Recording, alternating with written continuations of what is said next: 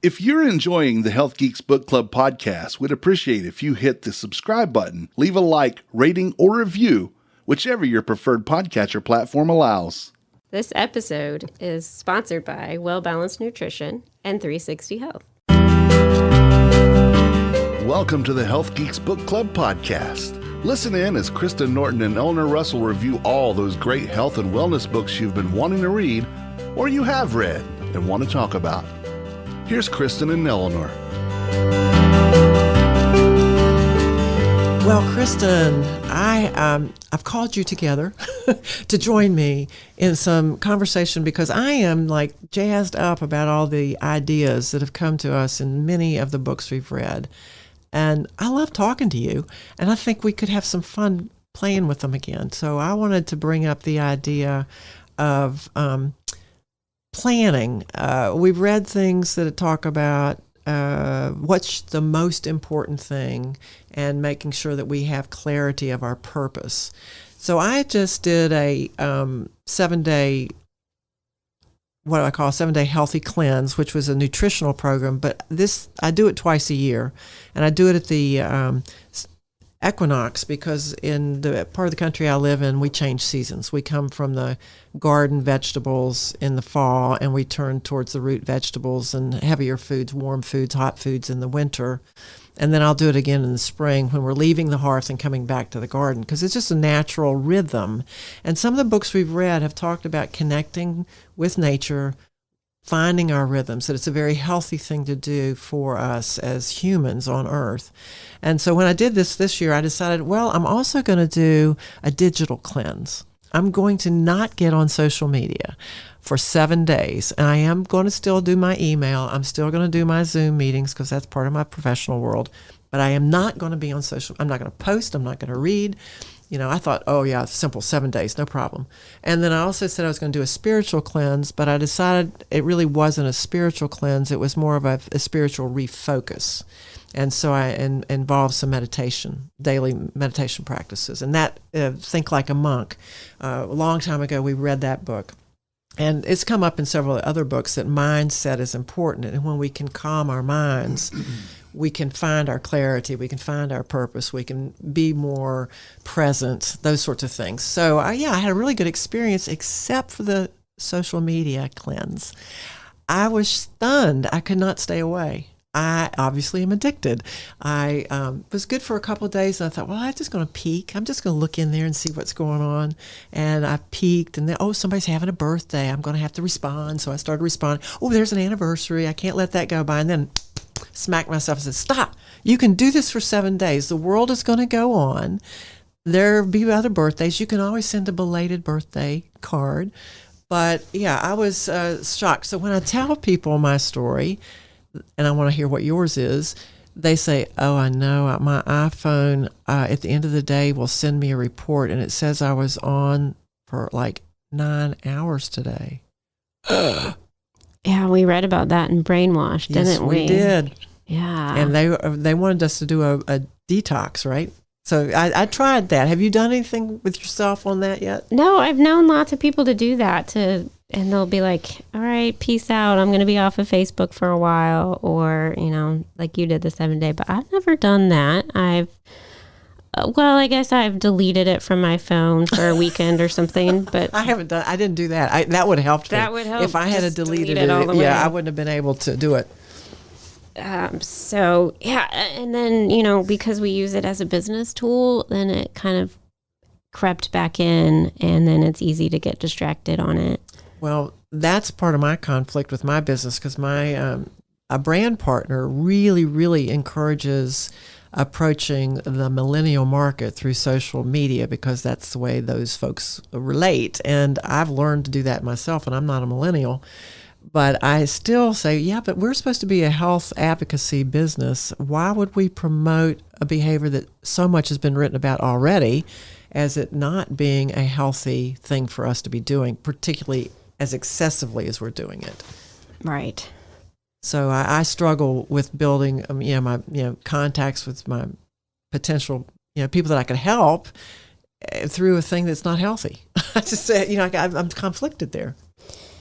Yeah, I liked in Brainwash, I'm not going to remember, it was maybe something about time, or it was that, that we're intentional about it and we go on and we set a time.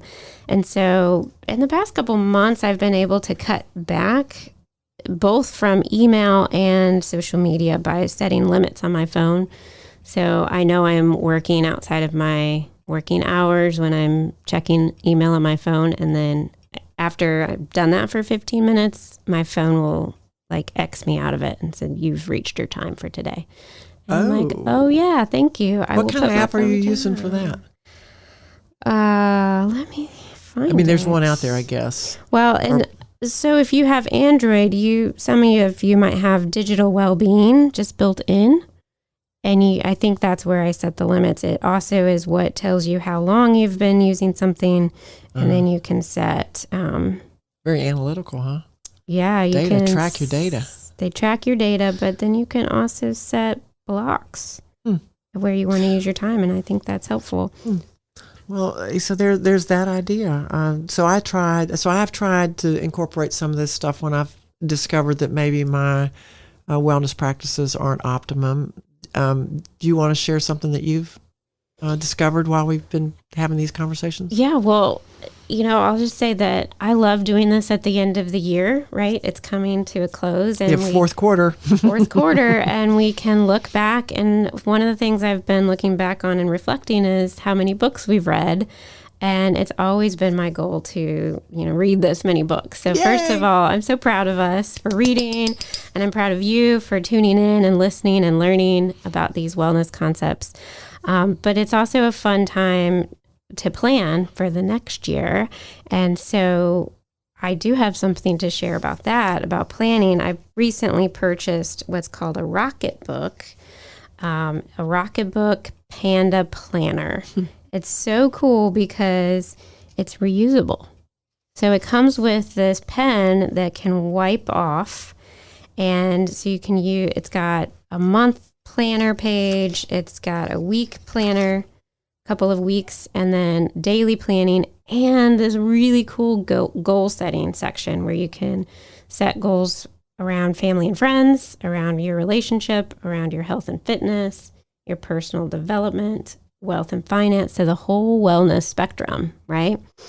And then you can set target metrics and figure out your milestones. They really put in the research to how to write out your goals and look at your wellness. And I just geek out over the fact that you can use this over and over again. You just wipe it down, and then there's an app that you can use to quickly scan it and store your notes before you wipe it away and start again. So it has really been fun for me to play with, and I'm looking forward to mapping out my next year with all of this in mind.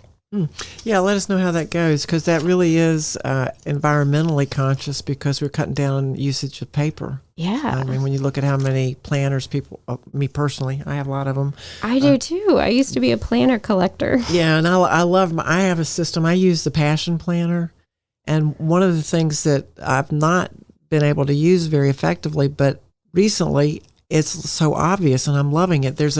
You said there are little cues in your system that you like. Yes. There's a cue in this one that says, what is a good thing that's happened?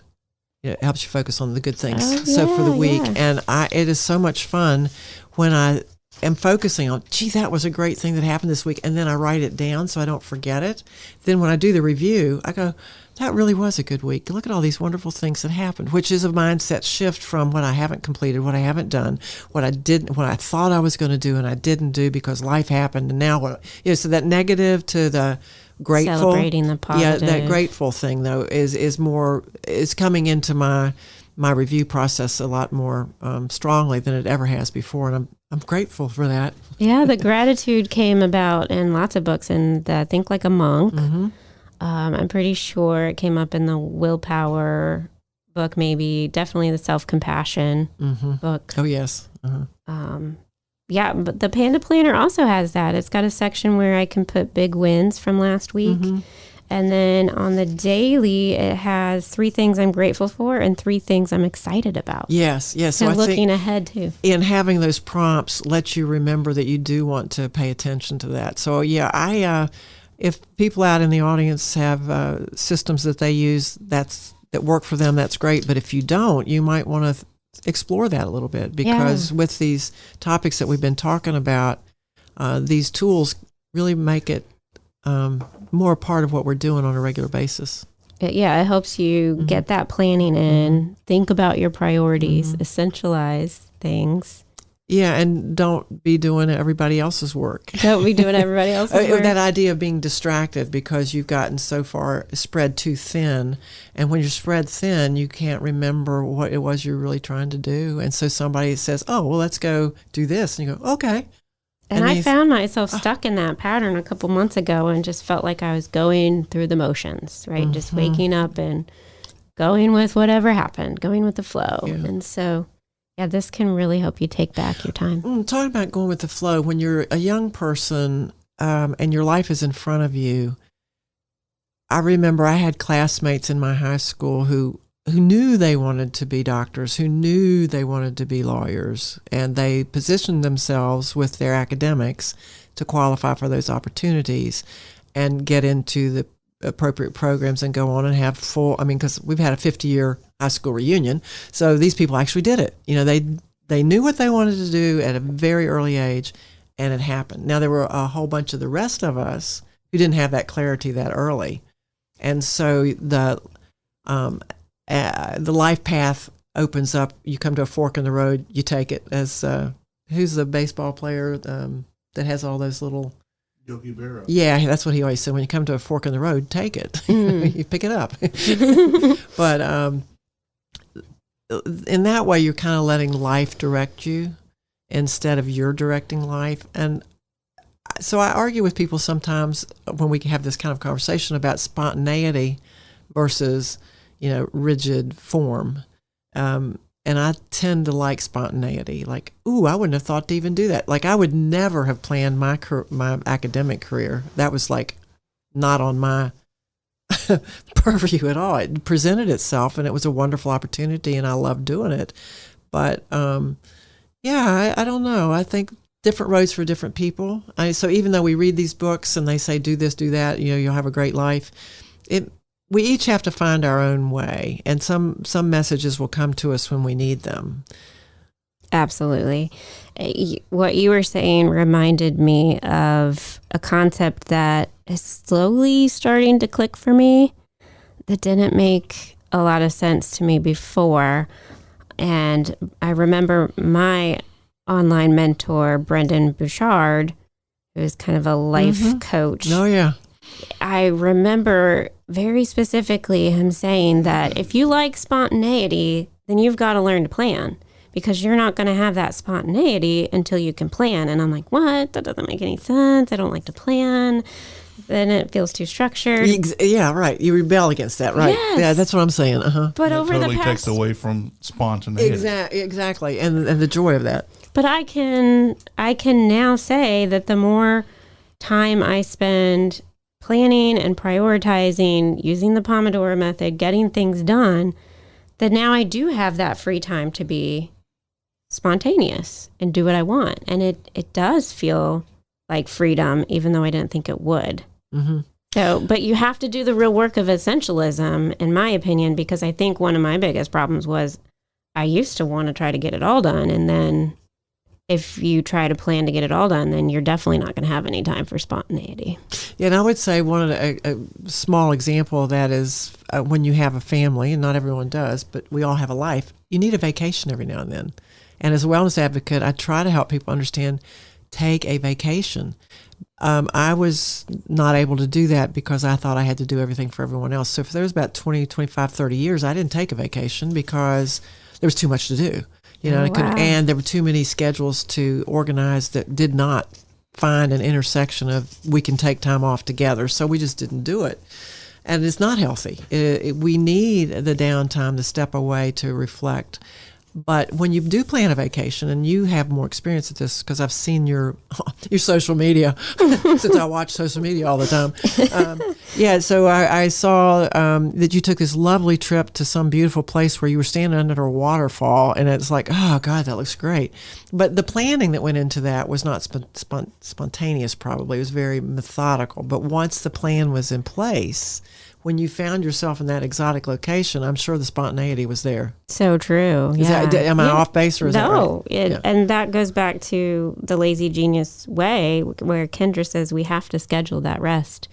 And so it's like you're scheduling the rest, you're scheduling the play and the spontaneity. Or it won't happen. And you'll forget how to play.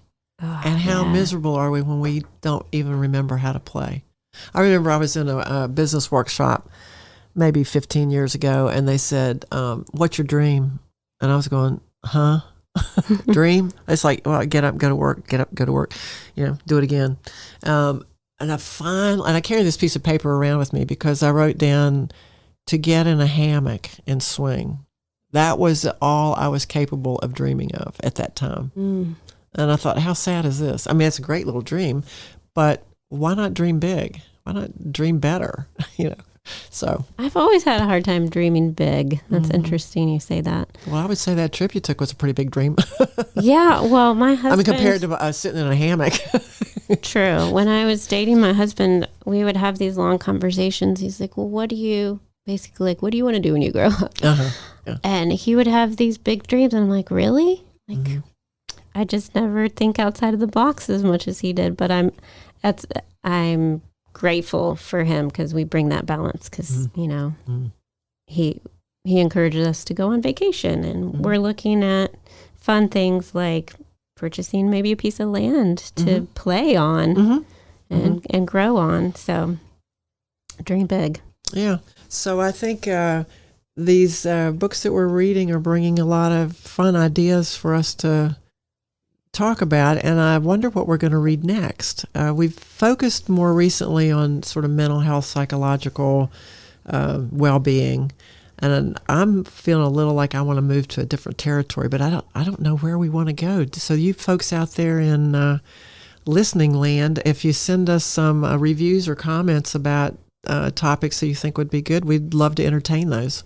Absolutely. And we've shared a lot about what has resonated with us, and we're curious not only to hear what books you might have for us to read, but what concepts you have been able to put into your life and how they've helped you, and how maybe our conversations have sparked some things that have been helpful. And we have a Facebook group called the Health Geeks Book Club podcast that you're welcome to make comments there so that we can collect them and respond.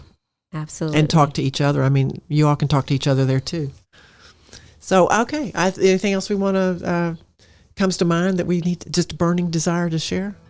No, we just encourage you as the year comes to an end to plan some time for fun and rest. And watch out for sugar season. And prioritize what's important to you. And contact Well-Balanced Nutrition if you're having trouble with sugar season. And I'm Eleanor Russell at 360 Health, and we're making healthy happen in many dimensions of daily life. So take care, everybody, and happy reading.